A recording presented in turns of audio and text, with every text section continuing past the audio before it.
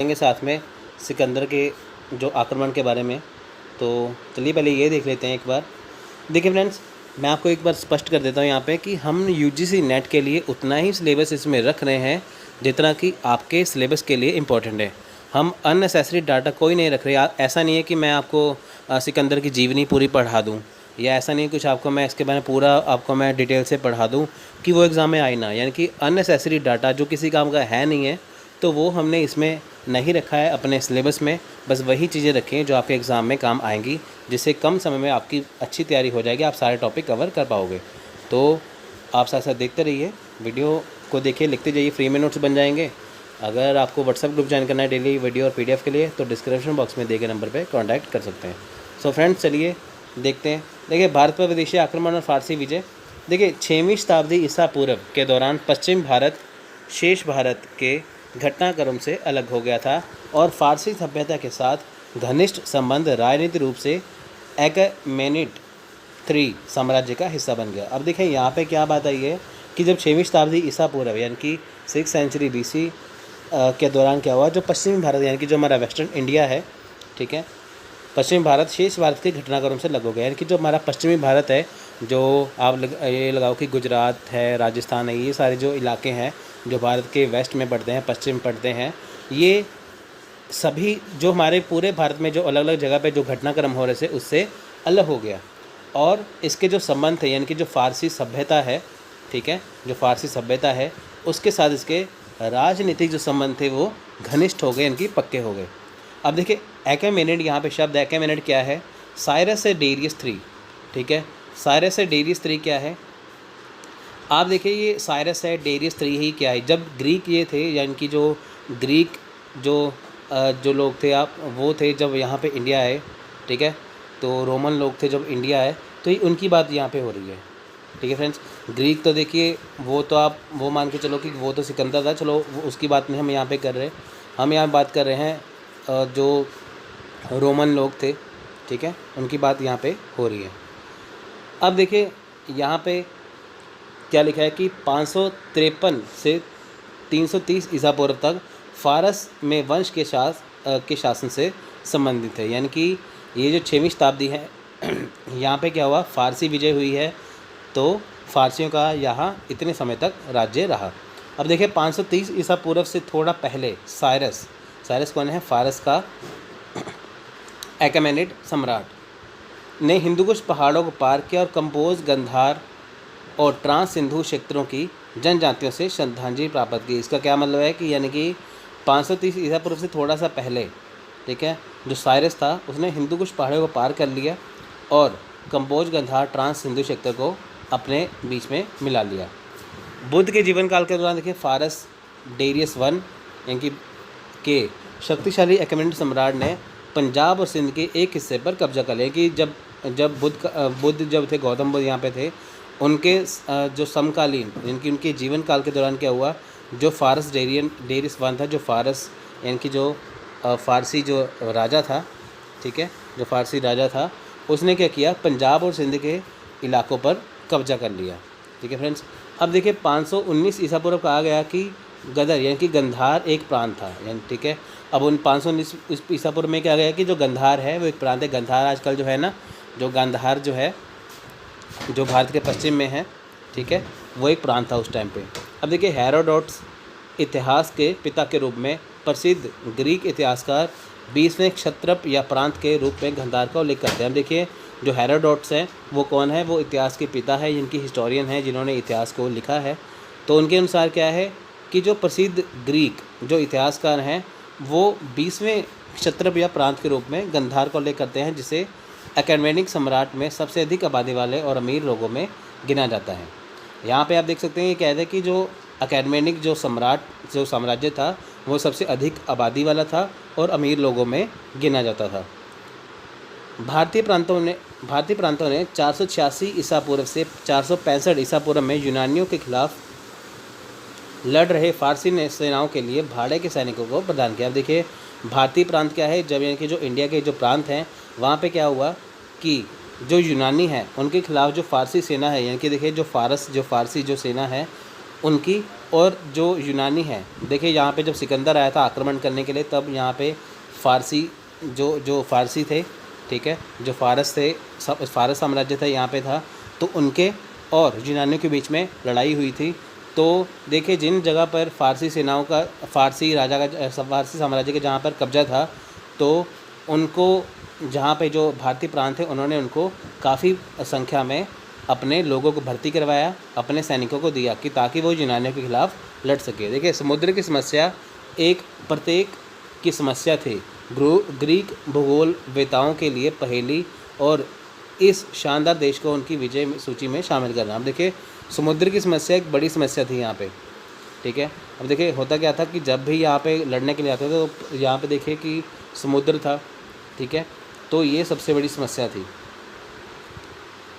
अब देखिए जब यहाँ पे ग्रीक आए थे उनको बहुत दिक्कतों का सामना करना पड़ा था यहाँ पे।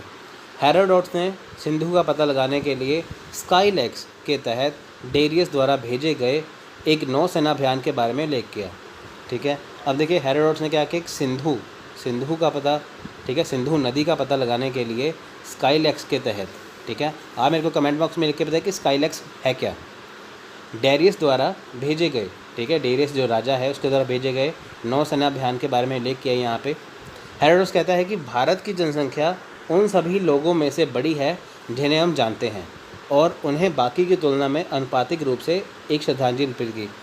अब देखिए यहाँ पे क्या है कि हेरोडोटस यहाँ पे कहते हैं कि, ठीक है, हेरोडोटस देखिए यहाँ पे कहते हैं, हेरोडोटस देखिए इतिहास के जो पिता यहाँ पे कहते हैं कि भारतीय की जो जनसंख्या है, इनकी जो भारत में रहने वाले लोग हैं उनकी जनसंख्या इतनी ज़्यादा है कि जो यहाँ पे हमला करने आए थे उनसे ज़्यादा जो जनसंख्या है वो भारत के लोगों की है, ठीक है। आप देखिए यहाँ पे अगर यूनानियों के साथ जब अगर जैसे आप ये मान के चले कि जैसे यूनानियों यहाँ पे हमला कर दिया, ठीक है, ग्रीक ने यहाँ पे हमला कर दिया, वो फ़ारस की सेनाओं को अपना और वो अपनी हेल्प करें, सहायता कर रहे हैं, तो यहाँ पे ये कहा गया है कि यहाँ पर इतने सैनिक नहीं थे जितने कि यहाँ पे भारत के लोगों ने अपने लोगों को भर्ती करवाया और उन्होंने जो उनका साथ दिया, ठीक है। ज़िरिक्स ने अपने भारतीय प्रांतों का उपयोग करके ग्रीस में अपनी लड़ाई लड़ने के लिए एक भारतीय दल को सुरक्षित किया। अब देखिए ज़िरिक्स ने क्या किया कि भारतीय प्रांतों का उपयोग करके, यानी कि जो भारतीय प्रांत है, अब देखिए ज़िरिक्स ने क्या किया, तो ग्रीस में उसने अपनी लड़ाई लड़नी थी ज़िरिक्स ने, ठीक है। ज़िरिक्स ने क्या किया, जब उसने अपनी लड़ाई लड़नी थी तो उसने क्या किया कि जो भारतीय प्रांत है वहाँ से लोगों को ले जाके तो उसने एक भारतीय दल बनाया कि ताकि वो ग्रीस में लड़ाई कर सके। अब देखिए उनकी टुकड़ी में गंधारियों के साथ साथ भारतीय भी थे। अब देखिए हुआ क्या था कि जो गंधार के लोग थे सेना में वो तो थे ही, साथ में जो भारत से यहाँ पे भारतीय प्रांत से यहाँ पे लोग आए, जो लोग लेके गए थे उनको भी अपनी सेना में शामिल किया। ये भारतीय सैनिक यूरोप में लड़ने वाले पहले भारतीय थे, ठीक है। क्वेश्चन आ सकता है पहले भारतीय कब लड़े थे। देखिए फ़ारसी साम्राज्य ने मॉरिशस के लिए मॉडल सेट किया जहाँ तक कि शाही ढोंग का संबंध है। उत्तर पश्चिम में खरोष्टी लिपि का प्रचलन जो केवल आरामी का स्थानीय रूपांतरण है। अब देखिए उत्तर पश्चिम में क्या है, खरोष्टी लिपि है, ठीक है, खरोष्टी लिपि यहाँ भी पाई जाती है इंडिया में, ठीक है, इंडिया के वेस्ट वाले इलाके में। अब देखिए जो केवल आरामी का स्थानीय रूपांतरण है और दाईं ओर से लिखा गया था शायद फ़ारसी शासन का एक उलटफेर था, ठीक है फ्रेंड्स। अब देखिए खरोष्टी लिपि है जो फ़ारसी शासन में बहुत ही महत्वपूर्ण मानी जाती है। ये कौन सी कहाँ से कहाँ लिखी जाती है, ये दाईं ओर से लिखी जाती है, ठीक है। हम जैसे देखिए हम बायां से दायां लिखते हैं ना, ये दाएं से बायां तक था। अब यहाँ पे हम बात करेंगे सिकंदर के आक्रमण की। अब हमने ऊपर देखा ना फ़ारसी विजय, अब यहाँ पे करें सिकंदर के आक्रमण की। देखिए फ्रेंड्स सिकंदर के आक्रमण के लिए यहाँ पे थोड़ी सी लाइनें हैं, तो आप ये मैं समझिए, मैं आपको यहाँ पे ये कराऊँगा, आपको मैं एक्स्ट्रा नॉलेज अपनी यहाँ पे दे दूँगा, ठीक है। तो देखिए पहली बात है सिकंदर का आक्रमण। देखिए सिकंदर जो था वो कहाँ से आया था, ठीक है, वो आया था मैसेडोनिया से। अलेक्जेंडर यानी कि सिकंदर मैसेडोनिया यानी कि ग्रीस के फिलिप का बेटा था, यानी कि फिलिप जो राजा थे वहाँ के, तो उनका जो ये बेटा था जिसने 326 ईसा पूर्व में भारत पर आक्रमण किया, ठीक है। क्वेश्चन सीधे बनता है कि सिकंदर ने भारत पर आक्रमण क्यों किया। देखिए फ्रेंड्स भारत पर सिकंदर का आक्रमण करने का कारण क्या था। देखिए कारण ये था, पहली बात तो ये थी कि सिकंदर जो था वो पूरी दुनिया पर कब्जा करना चाहता था कि उसके जैसा कोई राजा दूसरा बचे ना, ठीक है। तो सिकंदर जो राजा था वो उसने भारत पर आक्रमण इसलिए किया क्योंकि वो पूरी दुनिया जीतना चाहता था। सबसे बड़ा ये कारण है आपको शायद ही किसी बुक में मिले जो आपको मैं बताने जा रहा हूँ। देखिए, सिकंदर का ये मानना था कि वो दुनिया का एंड देखना चाहता था। ये कहता ना कि जो सिकंदर था वो पूरी दुनिया जीतने आया था। अब देखिए, उस समय एक बात प्रचली ये थी कि जो इंडिया है, जो भारत है, भारत में जो बंगाल की खाड़ी है वो दुनिया का एंड है। ठीक है, आप देखिए ऐसा है ना कि सिकंदर ने सोचा कि मैं दुनिया जीत लूँगा। अब दुनिया कहाँ से शुरू हो रही है, कहाँ पे ख़त्म हो रही है, ये कैसे पता चलेगा? तब ये बात प्रचली थी कि जो भारत का जो बंगाल की खाड़ी है वो दुनिया का एंड है। तो इसलिए सिकंदर ने ये सोचा कि अगर वो बंगाल की खाड़ी पर उसे जाके देख ले, दुनिया का एंड देख ले, वहाँ पे कब्जा कर ले, तो उसे ये माना जाएगा कि पूरी दुनिया पे उसका कब्जा हो गया। ठीक है फ्रेंड्स, तो सिकंदर के आने का मुख्य कारण ये था कि वो आके बंगाल की खाड़ी पे जाना चाहता था, देखना चाहता था कि दुनिया का जो अंत है वो कैसा दिखता है। पर अफसोस कि वो नाकामयाब रहा। ठीक है, तो देखिए, उस समय उत्तर पश्चिम भारत कई छोटे स्वतंत्र राज्यों जैसे कि तक्षशिला, पंजाब, गंधार आदि में विभाजित हो गया, सिवाय पोरस के, जिन्होंने सिकंदर के साथ हाइडेस्पस यानी कि झेलम नदी के किनारे प्रसिद्ध लड़ाई लड़ी थी। अब देखिए, उस समय क्या था, जो उत्तर पश्चिम भारत था, ठीक है, वो कोई छोटे स्वतंत्र राज्यों में बटा था। जैसे तक्षशिला हो गया जो कश्मीर की साइड पे है, ठीक है, और पंजाब हो गया, गांधार हो गया, छोटे छोटे राज्य थे। पर देखिए, जो सिवाय जो पोरस है, जो पंजाब का जो राजा था, जब सिकंदर ने भारत पर आक्रमण करना था, ठीक है, तो उसकी पोरस के साथ लड़ाई हुई थी हाइडेस्पस नदी के हाइडेस्पस देखिए फ्रेंड्स, झेलम नदी का नाम है हाइडेस्पस, जो कि देखिए जहाँ पे झेलम नाम थोड़ा सा मुश्किल लगता था ग्रीस के लोगों को, ठीक है, यूनानियों को यहाँ पे थोड़ा सा मुश्किल लगता था, उन्होंने फिर झेलम को नाम दिया हाइडेस्पस। तो क्वेश्चन आता है एग्जाम में कि बताइए कि सिकंदर पोरस की लड़ाई कौन से स्थान पर हुई है, कौन सी नदी के किनारे, तो वो हुई थी हाइडेस्पस। ठीक है, अन्य सभी राजाओं ने नम्रता से प्रस्तुत किया। तक्षशिला के राजा अम्बी ने लगभग उसी समय सिकंदर को सौंप दिया। अब देखिए, हुआ क्या था कि अगर हम गांधार की बात करें, तक्षशिला की बात करें और पंजाब की बात करें, इनमें से पंजाब को छोड़ के सभी जो छोटे छोटे राज्य थे, उन्होंने बिना लड़े सिकंदर को अपना सारा साम्राज्य दे दिया था। तो इतना उसका भय था। ठीक है, तो पंजाब के राजा इनकी पोरस ने उसे अपना जो राज्य नहीं सौंपा, जिसकी वजह से उसके साथ लड़ाई हुई थी। बाद में पोरस से प्रभावित होकर सिकंदर ने उसे सत्ता में बहाल किया। आपको पता ही है कि जब पोरस को धोखे से बंदी बनाया गया तो सिकंदर ने पोरस से पूछा, बताओ कि तुम्हारे साथ क्या सलूक किया जाए। तो पोरस ने यही कहा कि जो एक राजा दूसरे राजा के साथ करता है। तो उसकी बहादुरी को देखते हुए सिकंदर ने उसे छोड़ दिया और वापस चला गया।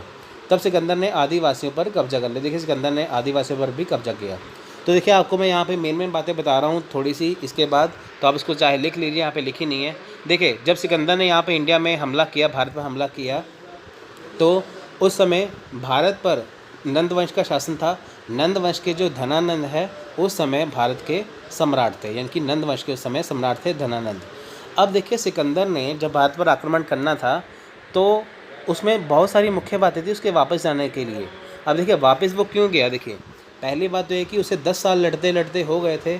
उसकी वो सिकंदर था जो उसके साथ सेनाएं थी, 10 साल उनको अपने घर से निकले हो गए थे। एक तो उनको अपने घर वालों की याद आती थी, दूसरा कारण ये था कि जब वो यहाँ पे हिमालय के पास पहुँचे तो उन्हें जो भारत का जो वातावरण है वो उन्हें रास नहीं आ रहा था। ठीक है, तो यहाँ पे वो अत्यधिक गर्मी हो जाती थी, अत्यधिक सर्दी हो जाती थी, तो जिसको वो मौसम की मार को झेल नहीं पाते थे, जिसके वजह से उनकी जो हिम्मत जो टूटने लगी थी। ठीक है, उसके बाद देखिए, पहली बात तो वो 10 साल घर से अलग थे, उनको याद आती थी। दूसरी बात वो उनको मौसम की मार है। तीसरी बात ये थी, सबसे बड़ा कारण था कि जो धनानंद थे, जो नंदवंश के शासक थे, तो आपको पता ही है कि जो नंदवंश के शासक थे उन्होंने पहली बार जो है अपने सेना में हाथियों की सेना को शामिल किया था।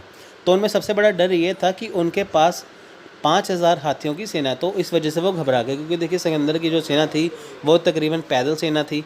ठीक है, तो वो घबरा गए कि अगर हाथियों की सेना उनकी आ गई तो वो उनको तो वैसे ही कुचल के मार डालेंगे। इसकी वजह से वो और घबरा गए, जिसकी वजह से उनकी हिम्मत टूट गई। ठीक है, नंदवंश के आपको पता है, हमने पढ़ा ना